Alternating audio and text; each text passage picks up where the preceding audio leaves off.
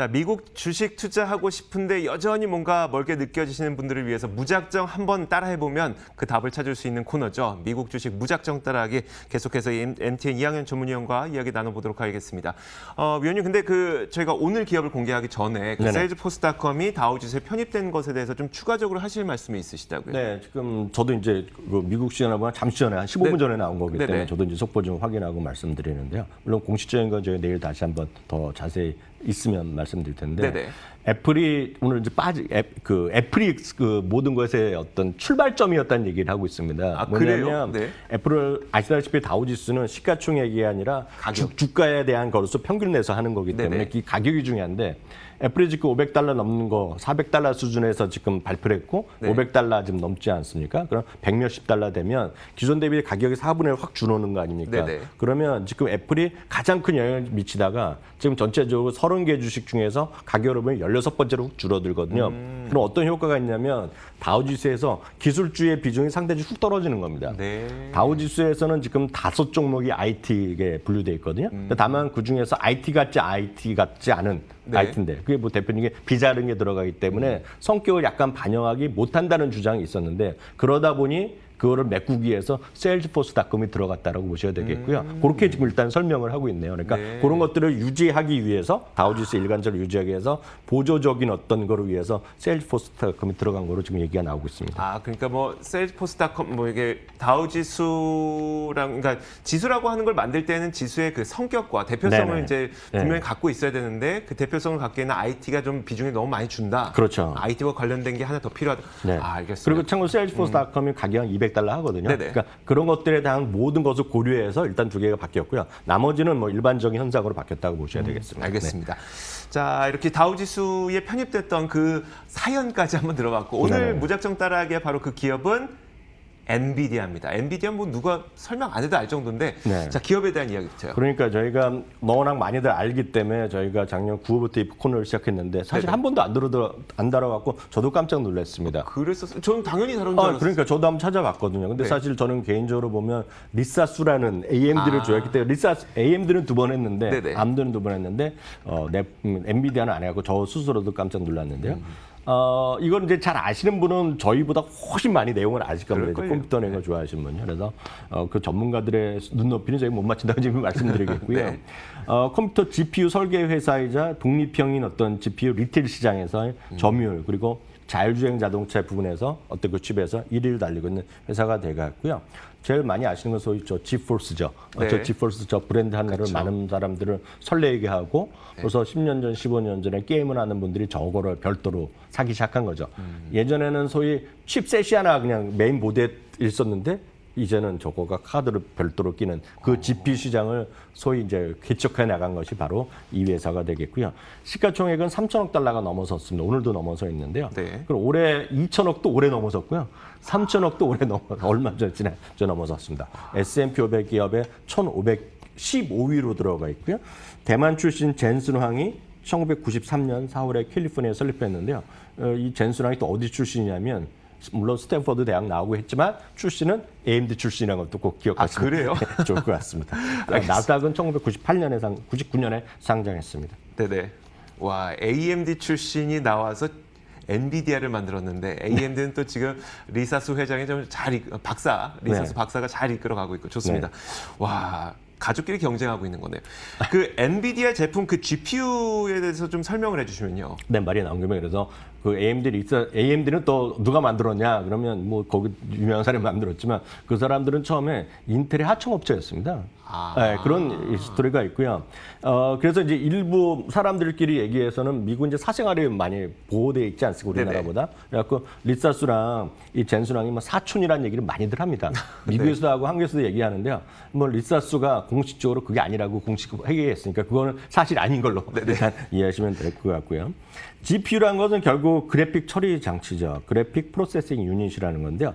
어찌되었건 메모리를 빠르게 처리하고 화면 빨리 출력을 보내줘야 되니까 게임 같은 경우 할 때 돌아가지도 않고 화면이 버벅거리고 이래서 버퍼링하고 그런 거 예전에 뭐 15년 전 많이 보셨잖아요. 그런 게임할 때 보면. 게임하는데 저는 분명 안 죽었는데 총을 맞은 거예요, 이미. 그런 거죠. 네. 카트라이더 같은 거 예전에 기억하실 때 보면 무슨 엑스컴 얘기 많이 하셨잖아요. 네네. 이건 그래픽이 안 돌아가는데 저쪽 끝났다 그러고. 맞아요. 그래 그래픽 처리가 늦은 거거든요. 그러니까 그런 것들의 대표적인 것이 특화된 프로세서라고 보셔야 되겠고요.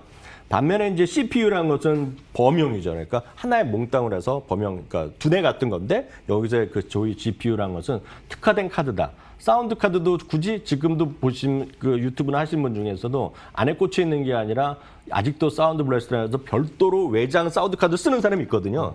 그러니까 그런 차이가 아니냐라고 저는 간단하게 이해를 하고 있습니다.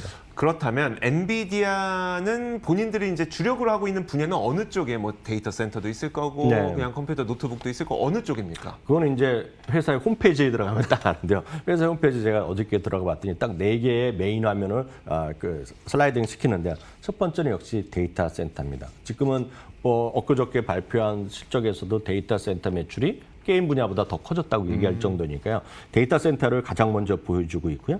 그 다음은 역시 인공지능의 플랫폼이라고 얘기를 많이 하는 거죠. 그래서 많이들 이제 들어보셨고 보셨을 것 같습니다.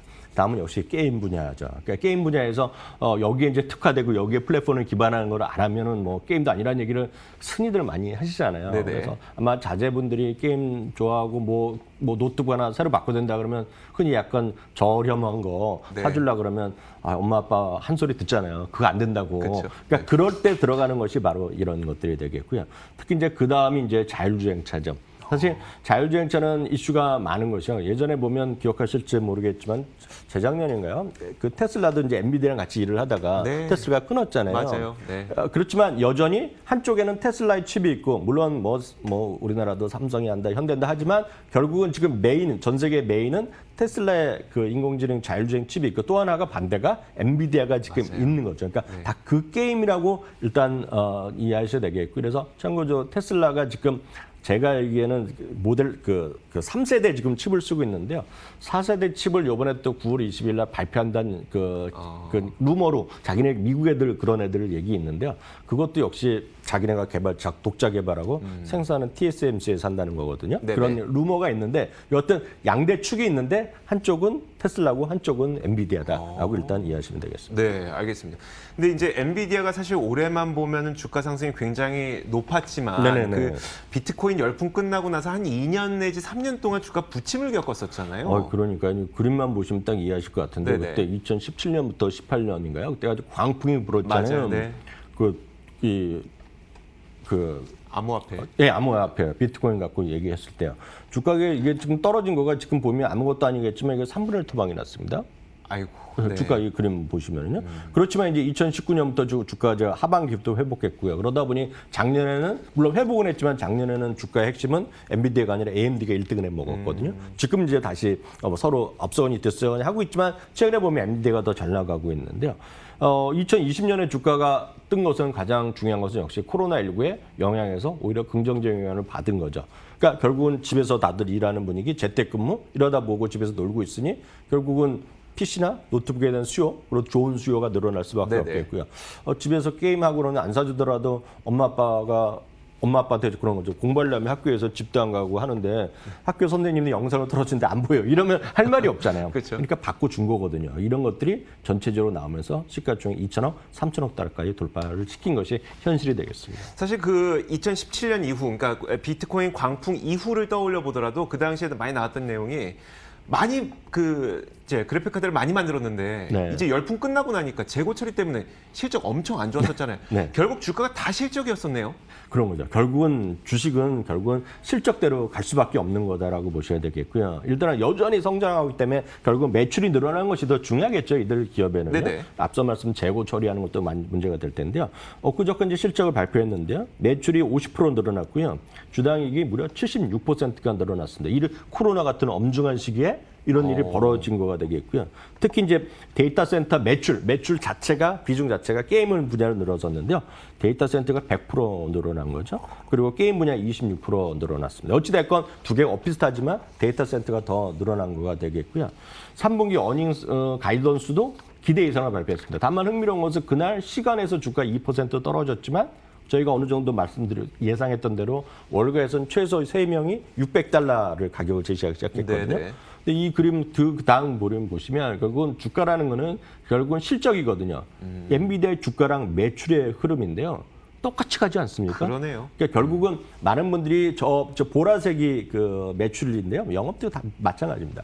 중요한 것은 많은 분들이 저 매출이나 이익 아니면 배당 이런 걸 보지 않고 주가 자체만 보니까 많이 올랐다고 해서 겁먹는 거거든요. 네네. 그리고 비싸다는 생각하는데 앞으로 여러분들 저희 특히 다른 분은 몰라도 저희 시청자분들 항상 주식을 보실 때 항상 실적을 보시라. 오래된 기업은 배당, 영업이 여전히 성장한 기업은 매출. 그리고 이제 아주 오래된 기업들 그리고 그 안정적인 기업들은 영업이익이나 그렇죠. 아니면 배당 이런 걸 같이 보시는 습관을 꼭 갖고 매매하시면 좋겠습니다. 당연히 월가의 시각도 계속 좋아지고 있을 것 같은데 어떻습니까? 네, 웬만큼 올라가서 요즘 주가가 올라갔기 때문에 목표 주가가 현재 주가보다 아래가 있는 거 많습니다. 애플도 지금 현재 주가가 목표 주가 현재 가보다 아래인데요. 평균을 보면 네. 25명의 매수, 4명이 보유하면서 여전히 많지는 않지만 폭이 크진 않지만 매수 의견 목표 주가가 여전히 평균이 좀 위에가 있고요. 전체 평균은 $519, $520 수준 됩니다. 늘 말씀드리지만 주가는 목표 주가랑 주가도 이런 거 같이 그림 그려 보시면 이게 목표 주가의 그림이거든요. 꾸준히 올라가는 것들 이런 쪽에서 여러분 주식을 판단하고 찾으시기 바랍니다. 자, 좋습니다. 이렇게 저희가 무작정 따라하기 시간을 통해서 엔비디아에 대한 이야기를 쭉 해드렸는데 과연 MTN 인공지능 토글은 엔비디아에 대한 주가 예측을 어떻게 하고 있을까요? 헤이 토글. 자, 토글은 일단 그 주가 상승을 예측했었고 한 2주 전에 네네. 실제로 그 정도까지 주가가 올라왔어요. 좀 보시면서 어떤 생각 드셨어요? 하여튼 제가 드릴 수 있는 말씀은 또 인공지능이 하는 일이니까 저희가 안에 들어가서 어떻게 하는지 저희가 알 수는 그건 없죠. 모르죠. 정확히 네. 모르겠으나 제 그냥 혼자 뇌피셜인데요. 네. 저 시스템도 아마 제가 봤을 때는 엔비디아 칩을 분명히 쓰고 있을 것 같아요. 네. 그런 얘기 하나 좀 말씀드리겠고요. 네. 하나 약간 아까 빼먹은 얘기인데요. 지금 많은 사람들은 지금 하여튼 시장을 이끌고 있는 2명이 주식 분할하지 않았습니까? 네네. 그래서 상당히 주가 상당히 비싼 것들, 뭐 $400, $500 이상에 대해서 주식 분할 가능성을 얘기를 많이 하고 있고 현실도 될 수 있죠. 왜냐하면 그 많은 사람이 보는 것이 팅크면 팅크, 일론 머스크를 다 좋아할 거 아닙니까? 같은 그렇죠. 부류잖아요, 그 친구들이. 네네. 그래서 지금 엔비디아도 그중에 한 종목으로 많은 사람들이 기대는 하고 있다는 정도 말씀드릴 수 있겠습니다. 네, 알겠습니다. 자, 지금까지 MTN 이항영 전문위원과 함께 미국 주식 무작정 따라하기 엔비디아 살펴봤습니다. 오늘 말씀 고맙습니다.